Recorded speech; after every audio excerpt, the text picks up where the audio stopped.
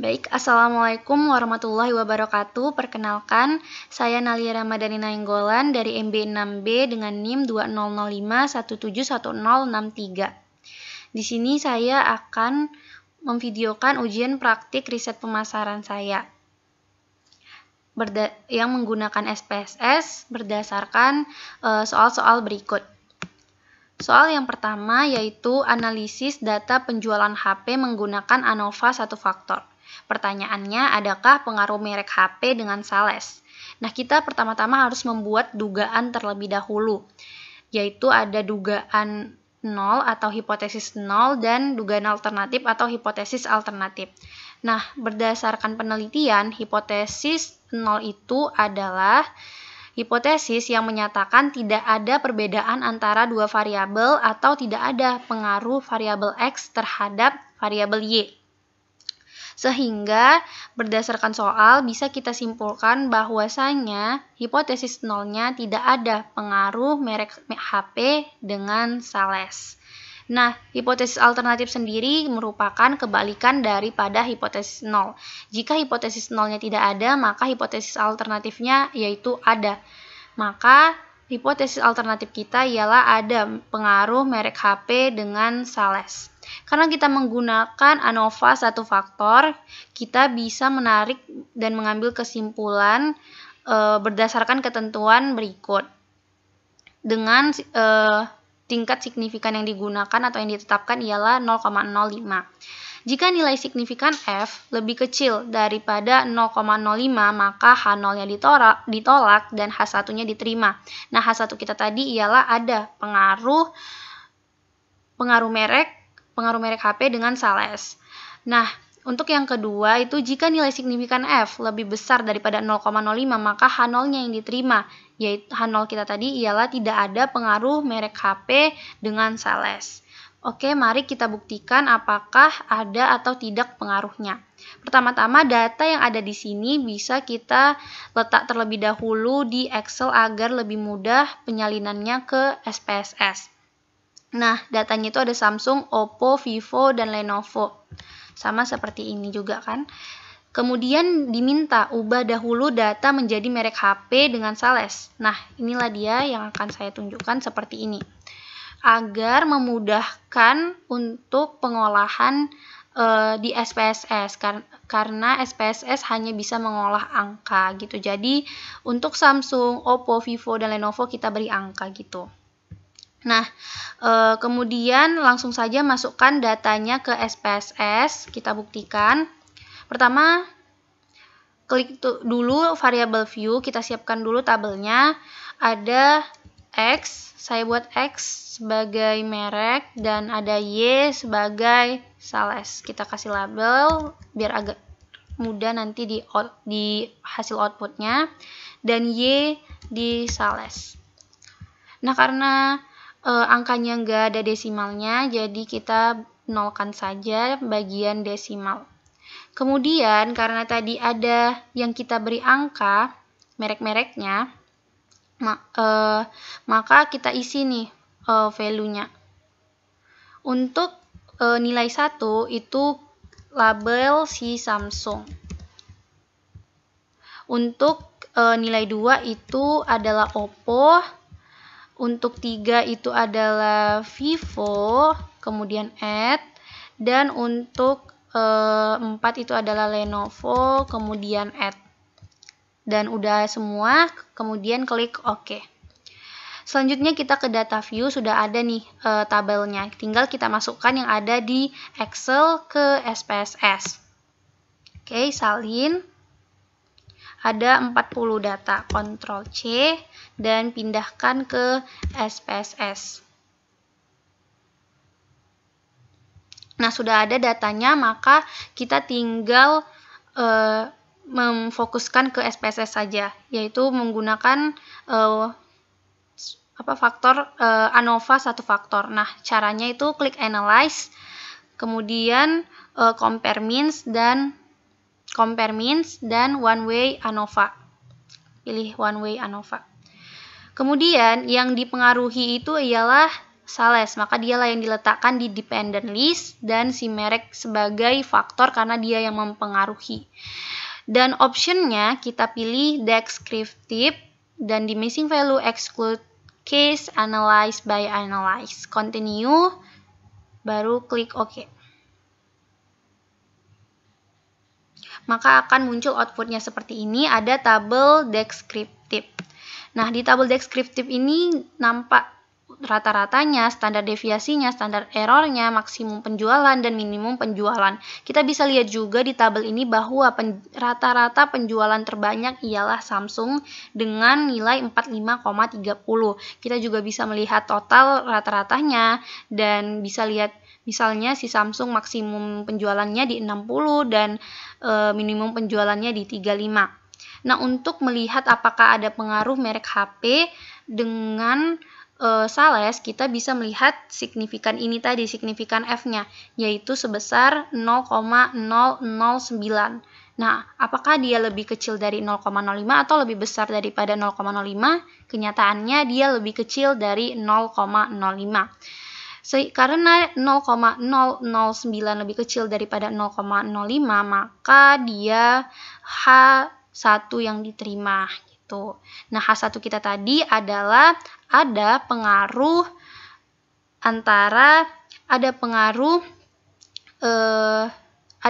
merek HP dengan sales. Maka jawaban dari soal nomor 1, adakah pengaruh merek HP dengan sales? Jawabannya ada pengaruh merek HP dengan sales. Ini yang membuktikan 0,009 signifikan F lebih kecil daripada 0,05. Standar yang telah ditentukan, error yang telah ditentukan. Nah, kemudian lanjut ke soal nomor 2, yaitu lakukan uji korelasi antara Y dengan X1 dan lakukan uji regresi berganda untuk melihat pengaruh X1, X2 terhadap Y. Nah, kita masukkan terlebih dahulu datanya sudah ada di Excel. Kita masukkan ke SPSS yang baru,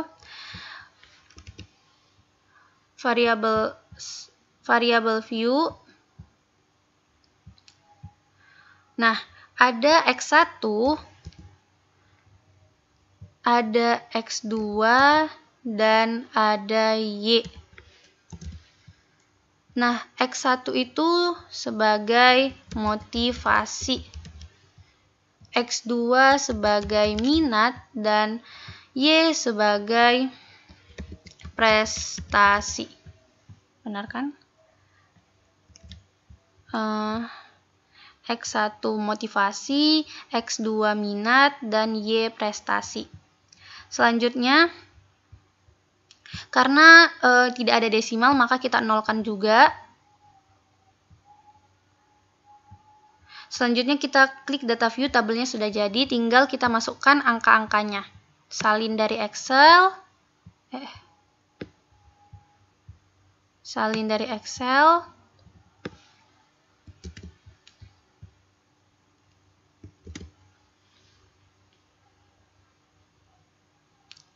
Oke, sudah ada, maka kita fokus saja ke SPSS-nya. Nah, untuk soal pertama itu tadi ialah uji korelasi antara Y dengan X1. Maka kita harus membuat suatu dugaan lagi seperti berikut. Nah, untuk dugaan awal atau hipotesis nolnya tidak ada hubungan atau korelasi antara dua variabel. Untuk hipotesis alternatifnya ada hubungan atau korelasi antara dua variabel. Nah, untuk pengambilan keputusannya itu, jika probabilitas lebih besar dari 0,05 atau 0,01, maka H0-nya diterima. Jika probabilitas lebih kecil dari 0,05 atau 0,01, maka H0 yang ini ditolak. Nah, mari kita buktikan apakah H0-nya diterima atau ditolak, dan apakah ada hubungan atau tidak antara dua variabel. Yang diminta hanya X1,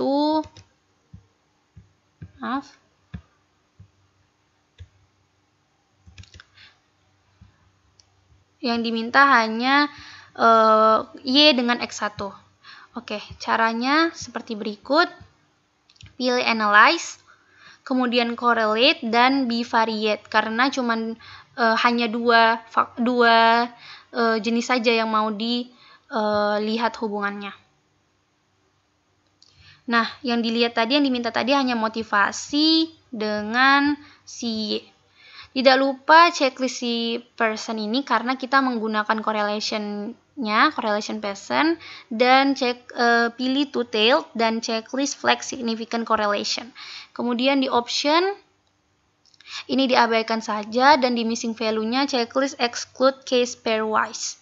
Continue dan oke, output-nya akan keluar.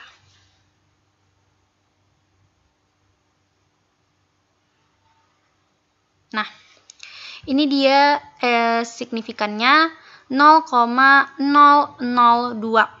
Apakah dia lebih besar atau lebih kecil dari 0,5? Mari kita lihat. Bentar ya. Nah, apakah dia ada hubungan? Nah, signifikan di sini 0,002. Nah, dia kan lebih kecil dari 0,05. Maka H0-nya ditolak. Yang ini tidak ada hubungan, ini salah. Jadi yang benar adalah ada hubungan korelasi antara dua variabel. Ada hubungan korelasi antara motivasi dan prestasi. Sehingga untuk jawaban nomor 2 yang pertama ialah ada hubungan antara motivasi ada hubungan atau korelasi antara motivasi dengan prestasi. Nah, selanjutnya lakukan uji regresi berganda. Oke, kita akan membuktikan uji regresi bergandanya. Buka lagi data SPSS-nya. Analyze, pilih regression, dan klik linear. Nah, yang mempengaruhi tadi adalah motivasi dan minat, sedangkan yang dipengaruhi adalah Y atau prestasi. Maka masukkan dia ke dependent dan motivasi serta minat masukkan ke independent. Kemudian pilih statistik. Klik statistik. Pilih descriptive estimate udah, model fit udah, collinearity diagnostic udah, dan Durbin-Watson. Nah, selanjutnya continue dan klik OK. Maka akan keluar outputnya. Kita bisa lihat ada deskriptif statistiknya, ada rata-ratanya, prestasi rata-ratanya berapa, motivasi berapa, minat berapa. Nah, baru kita mau melihat apakah ada pengaruhnya dan bagaimana pengaruh antara motivasi dan minat terhadap prestasi. Itu ada di tabel koefisien. Nah, kita bisa lihat di tabel koefisien ini ada unstandardized bit. Dari sini kita bisa lihat, kita bisa membuat suatu persamaan bahwasanya prestasi atau Y sama dengan 2,971 ditambah karena dia positif 0,212 dikali motivasi ditambah 0,864 dikali minat atau X2. Maka maka pengaruh prestasi pengaruh motivasi terhadap prestasi sebesar 0,212 dan pengaruh minat terhadap prestasi sebesar 0,864. Nah, kita bisa melihat bahwasanya pengaruh minatlah yang paling besar terhadap prestasi, yaitu sebesar 0,864, dan yang kedua pengaruh motivasi yang mempengaruhi. Selanjutnya, kita mau melihat apakah pengaruh tersebut signifikan atau tidak gitu. Bisa lihat dari yang bagian signifikannya. Nah, untuk signifikansi motivasi itu 0,347 dan untuk signifikansi minat itu 0,007. Nah, syarat dari signifikannya itu sebagai berikut. Maaf. Saya akan membuka terlebih dahulu, tadi sudah ada.